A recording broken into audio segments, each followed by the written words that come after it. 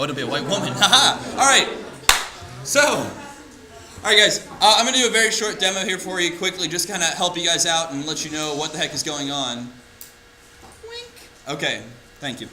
All right, so check it. So what we've been working on this past number of days is working with pastels. Look, there they are, all beautiful and aligned. You guys have already gone through the process. You've drawn your fruit, whatever it may be. You've drawn your fruit all nice and whole. Then, of course, we cut it, and you drew it sliced open and eaten and all sorts of stuff. So now your fruit looks as beautiful as my fruit does. Look, it's a little bit grody. It's a little kind of decomposing, right? That's nice. Does anyone want to bite? Yeah, you want to bite? Hi. Okay, so your fruit is a little bit, worse for wear. It could be better, let's say, right? So what we're going to end up doing is we're going to end up smashing these into kind of a pulverized state. Now, a lot of you guys have tinfoil or whatever. Whenever we go outside to smash them, because that's where we're doing it at, when we go outside to smash them, we will obviously keep your tinfoil, so like where my paper towel is. And that way, any of the bits that go flying off, we can just leave outside, the birds will eat them. And any of the bits that stay on, obviously, is what you're drawing. There's no need to draw the actual tinfoil itself. So like the reflective surface, just ignore, okay? If you're so inclined, you're welcome whenever you come in to like slide your stuff off of the tinfoil onto the table, but of course, clean the table when you're done because it leaves a stain. Okay, now, I'm sure a lot of you guys, if I had to be a guessing man, we're wondering what we're going to be using, to smash our stuff. Now, this is a very large cinder block, just so you know. This is a very large cinder block you can see here, and I'll hold it up right there. Okay. Now, you are welcome to use this very large cinder block, okay? Because let's be fair.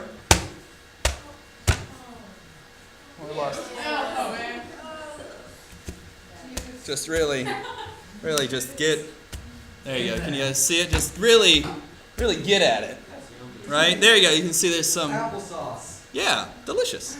All right. So, you are welcome to do that. But I'm a betting man. And if I was a betting man, this is why we do it outside. Look at these little pieces that are on the ground. If I was a betting man, I'm going to bet that that's a little underwhelming, right? I mean, a big rock is only so good. There's got to be something better than a big rock to smash your fruit. So what I've got for you is this. I have a textbook. Now, I will tell you this is a textbook for my own personal collection, so the school can't get angry at me. I actually bought this with my own money. But it is a textbook that I will never ever use again because textbooks are, outdated, right? We have electronica for us now. So, if you are so inclined, you may use the very large rock or use this textbook. Now, maybe you're someone who wants to, more of a stabbing motion. That's fine. Maybe you're someone who's more of a smasher. That works too. Or maybe you're interested. Maybe you're interested in Edvard Munch's The Scream. And you'd really like to know if your banana would also be interested in Edvard Munch's The Scream. You are also welcome to use the inside of the book. Please, in any way, shape, or form you would like to, take all of your aggression out on any textbook you've been forced to read in your entire life, any math textbook, anything. Take it all out on this guy. Okay, this is mine. You're not going to hurt my feelings. I was going to throw it away anyway. All right? But whatever class you hate, obviously not art, that would be ridiculous, but whatever class you hate, well, for one, if it's math, if it's English, here's the key. Understand that a lot of times, whenever you have a class that you don't necessarily like,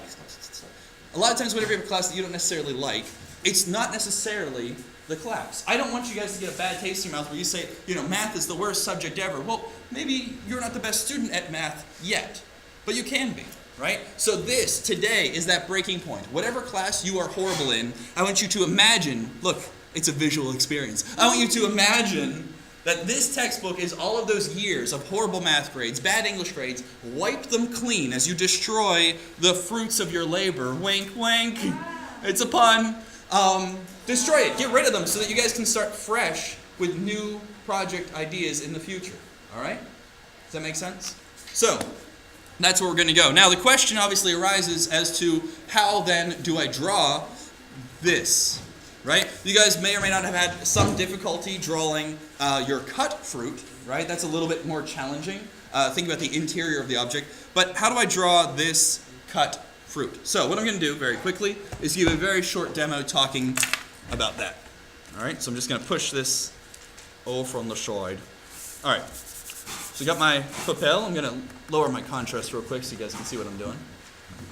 All right, so what you want to think about, and again, I know it's kind of off-center there, but you can see my gnarly fruit here. You're going to think about drawing this stuff in the exact same way you would anything else, right? Start light, work dark, so kind of organize your pastels in such a way.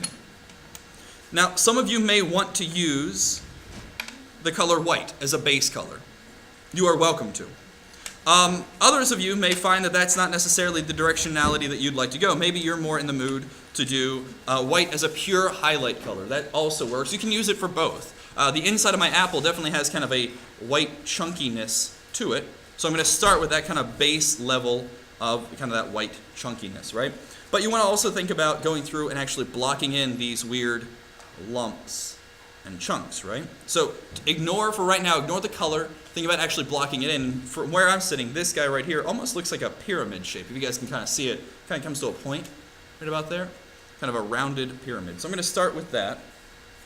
Now I'm only going to do a couple chunks. You'll obviously draw the entirety of your destruction. So how detailed you want to make it obviously depends on how much you crush it. It might be very entertaining to crush something, but understand you're also making more work for yourself. So, think about that as you're, destroying a famous piece of art inside of my Way Cool textbook. Just saying. Guilt. No, all right. Okay, so kind of blocked it in, right? Just kind of think about this kind of rounded pyramid shape going through.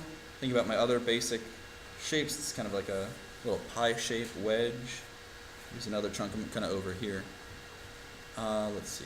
It's kind of a little feels around, kind of cuts in. Again, kind of more triangular pieces. And all I'm thinking about is the basic form. You guys know how to block in, right? We're using basic shape and basic form. Cylinders, cones, pyramids, spheres, cubes, all that jazz. So I've got kind of my basic layout, right? If I'm going to start with just kind of adding in, figuring out where I want my highlights and lowlights to be.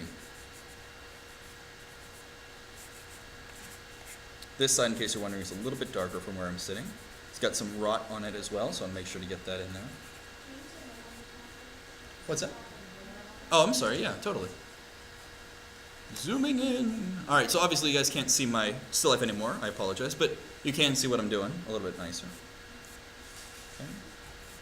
Now, because this is a lighter color, if I go into, like, say where the red is, like the skin of the apple, who cares? The red's going to cover over that light yellow anyway. Right? So don't get all fussed up about whether or not I'm keeping in the boundaries here. This is a very almost painterly style of working with pastels. We're just kind of letting the colors fade in and out. There's no real rhyme or reason to it. Actually got this piece kind of cuts across now that I'm looking at it. And make errors, make mistakes. That's all right. So I've kind of got a little bit of something going on. Again, I'm just working from light over to dark, so I'm going to jump onto my next color now. So this kind of tucks in there and shove onto my next color, kind of this pinkish color. So I'm going to start to kind of blend that pinkish color in, and I'm going to start getting a lot of this kind of meat tone and meat value of the actual apple. Is that what you call it? Do you guys know? A meat of the apple? What would you call it? Like the fruit of the fruit? The middle of the apple? More directionality based? The core of the apple. Oh, I like that. The core of the apple. That sounds like a... Well, then what's the meat? It's the apple. That's what it is. That's the apple. The apple is the meat. Then what's the skin of the apple? The skin of the apple. That's fair. That's fair.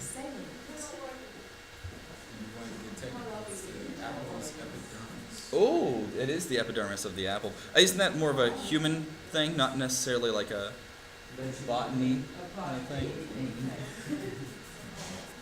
So notice that as I'm going along, I'm kind of letting my highlights, see there's a little bit of a crease right along there. I'm kind of leaving that area alone. I want that to be more of a highlight so it kind of pops out a little bit.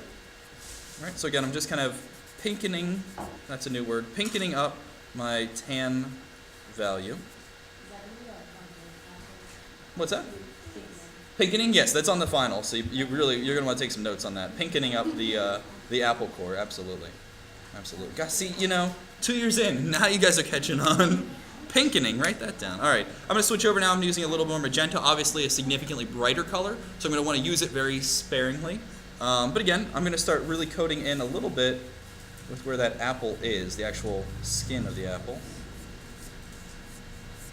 Now, depending on what kind of fruit or vegetable you have, it might be very juicy.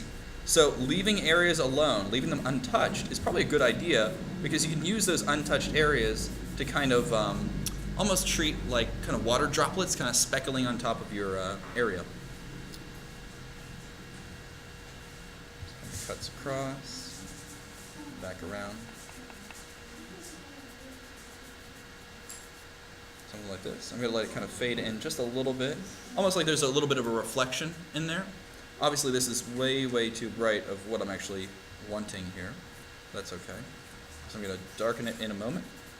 And again, a lot of this stuff should feel relatively comfortable to you. The key whenever you're doing, or I guess the difference between a smashed fruit and a whole or cut fruit is, again, keeping in mind that we're looking at the inside here. It's going to be little tiny bits and pieces, little chunks along the way. So don't be afraid to really kind of sink your teeth in there. See what I did there? See what I did? You guys are on it today, man. Halloween. Who knew? You guys, I really thought you guys would be just like checked out and be like, no, demo, not going to happen today. It is happening. Well, that's true. That's true. I can only control you with entertainment so long. So notice again, I'm kind of just playing with value at this point. I'm just kind of playing with value a little bit. Eventually I'm going to get into some green, and obviously the green is going to add, or allow me to have a lot of good shadowing, right? By mixing in the complementary color, in this case, because the core is kind of a whitish yellow. What's the complementary, what's the complementary color of like a light yellow? Purple, what value? If it's a light yellow, I want to take a, totally, right? If I kind of like alternate those colors, right? Cool. You guys have got it. So again, just kind of blending these colors in. Right. I've got kind of a brighter yellow, so again I'm going to use this more in a highlight, and obviously some of the colors aren't quite coming through, but you should be able to kind of see at this point that this is kind of a slice right here, there's kind of a piece over here, and another piece. Again, kind of that pyramid idea that we talked about coming to a point.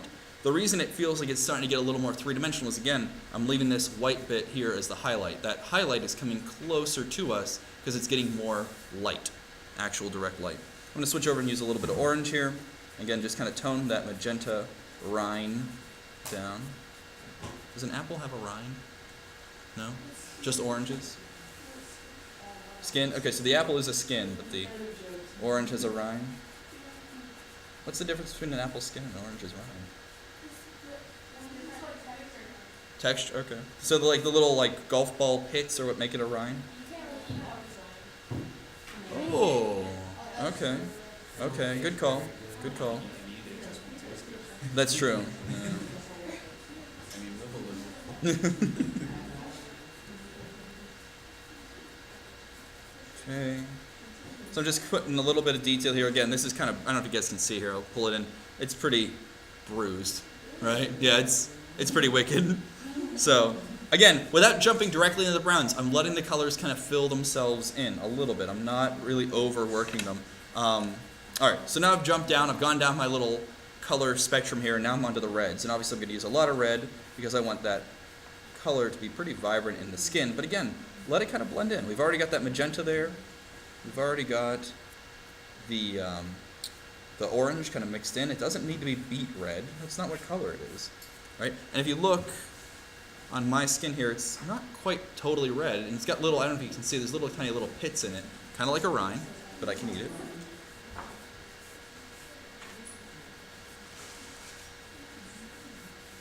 And again, just like the other ones, I'm not too worried about this kind of fuzzy edge. We'll clean that up in a moment. So again, each time just kind of blending out, adding a little more, thinking about where those cast shadows go, kind of blending it out. I thank you for listening, because I know you guys are anxious to go and destroy your fruit. I don't blame you one bit, I would be too. So I've already destroyed mine though, so you see.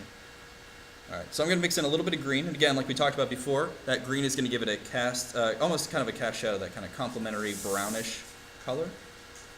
I'll let that value mix in there. Like so, you can see again, It doesn't appear drastic, but you can see there is a little bit of a difference, kind of browning that up. And just kind of migrating across. And I'm going to add a little bit of green right on the edge of this meat. Again, I don't know if that's the word. But right on the edge there, because it's starting to get a little bit rotten. It's been sitting here for about 2 days.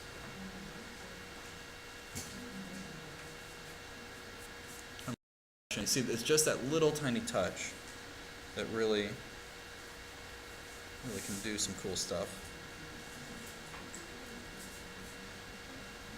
We need a lot of green over in this kind of bruised area because that's going to really blend into some brown. And notice again, I'm not using the color brown. You know, the people that you buy these pastels from, Crayola or whomever, are not. You know, don't use their brown. It's boring. Mix your own. What do these guys know? They don't know what color I'm doing. They don't know I'm drawing rotten fruit. They don't have rotten fruit color. Well, I'm sure you're right. Somebody somewhere has rotten fruit color. They're making up the rotten fruit color people. All right, so again, kind of mixing it in, letting it get more and more just kind of beaten up and bruised. And notice again, I know I'm reiterating a point, but there's no brown. There is no brown. I'm making brown. Again, I know I've already said that about 18 times this past week, but still, make your own colors. Okay. Throw in a little bit of green here just to add as a cast shadow. I've got 2 colors left, just kind of a really nice dark green. Again, this is going to be totally for shadowing. Kind of pulling these colors behind a little bit. Just like you did in Art 1, the idea of overlapping gives a sense of depth. Sense of contrast allows something to stand out or get pushed in the distance.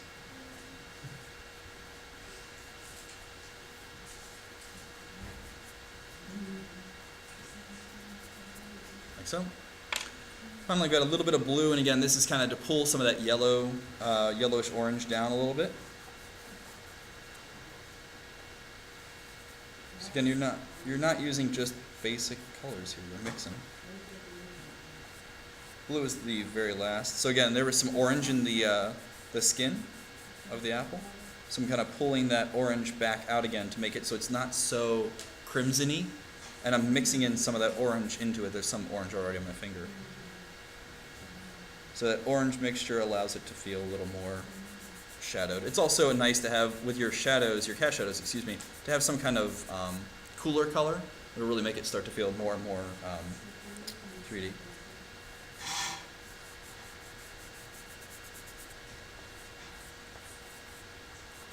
Just adding a little more and keep blending out. Remember which fingers have what color on them because it's going to get confusing very quickly. All right. I'll shake it off. Shake it off, shake it off, shake it off. There you go. All right. Last thing here, I've got 2 little sticks of white. One is a little more pinkish. So I'm going to try my best to kind of add a couple of little highlights on top. Again, this, now that I'm using these whites, are going to be more for the actual glares, kind of make these things look a little juicier, especially right on the edge. Let's see if I can get there. Right on the edge of the skin, but adding just a little touch. And again, it shouldn't be that obvious. But just that little touch is going to really allow you to show that this stuff is 3-dimensional. It's got some juice to it. You've just recently smashed it. There are pieces all everywhere. There are birds outside eating those pieces. You're helping. The birds will be very happy that I post this video on YouTube. Yes, something like that. You're going to cause the next biggest infestation of this school. Exactly. Yes, it's just a matter of time, right? You just have this big pile of rotten fruit. And everybody's going to be like, what happened? So again, remember that your fingers are going to be really chalky and nasty, so I wouldn't necessarily touch this right away. Go rinse your hands and then go and spray them off with just the fixative. Remember to keep it arm's length away because otherwise we had some mistakes early on. So don't forget about those. They got kind of washed out. So again, you can kind of see as it's further away, get a little more 3-dimensionality to the piece, and they match up. The only thing that I didn't do, and you are welcome to, is again, because I crushed mine with a cinder block, there's little bits of cinder in here. I don't know if you guys can see. See little cinders in there? I could go back and put them on if I want to, take like some gray, even a little bit of blue, and kind of pull that down. I'm going to ignore it because, again, you're welcome to use the cinder or the crazy old textbook from my collection. So all will work. But again, you want to have your smashed piece ready to go, obviously on that same kind of coloring paper that you've already used. By the end of today, if you have a chance, I would ask that you have all your stuff scanned and ready to go so that on Monday we can jump into it.